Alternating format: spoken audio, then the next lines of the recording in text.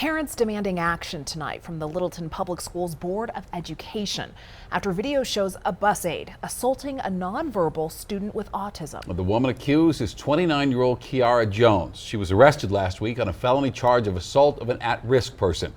In a heated school board meeting tonight, one parent calls for the superintendent to resign. I am calling for Todd Lambert's resignation and the resignation of Transportation Director for the lack of action I'm going to stop you right there. Running the school district. Yeah.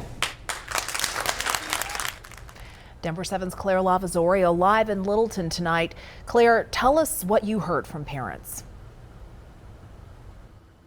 More than a dozen parents face that Littleton school board for the first time after they say their children were abused on the school bus on the way to the Joshua school by that paraprofessional. Now, as you can imagine, it was an emotional night inside this building behind me. Tears were shed, that father asking the superintendent to resign and the head of the school's transportation department, as well as a young boy who stood up at that podium saying his young brother was a victim of that abuse, saying he would have done anything to stop it, only if he had seen what was captured on those cameras that day. Now, we do want to warn you, some of the video you're about to see is disturbing.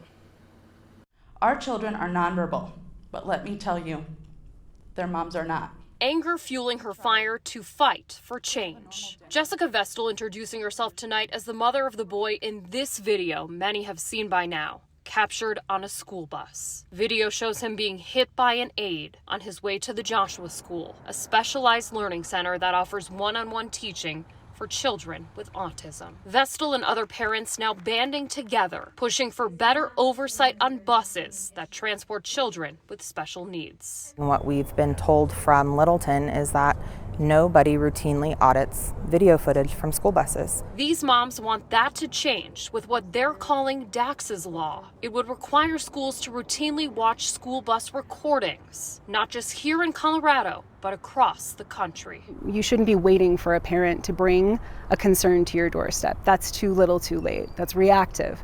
We need something that's proactive and focused on the safety of the kids. They can set the example here if they want to, if they think our children are enough. Superintendent Todd Lambert briefly addressing the incident inside the education center tonight, but he also released a letter to families expressing his disgust and anger after learning about the incident, saying the district is always looking at strengthening its practices. I'm live in Littleton tonight. Claire Lavazorio for Denver 7. Claire, thank you. Sentencing tomorrow morning for a former Poudre School District employee accused of abusing children with disabilities on a school bus last year. In January, Tyler Zanella pleaded guilty to crimes against 11 children, including child abuse and third-degree assault against an at-risk person. The paraprofessional initially faced 164 charges, but took a plea deal. I feel that justice is, making sure that our children get to see that there were real consequences for what was done to them, and also making sure that something like this can never happen again. The school district says Zanella was hired in August of 2022 as a paraprofessional. He was fired last May.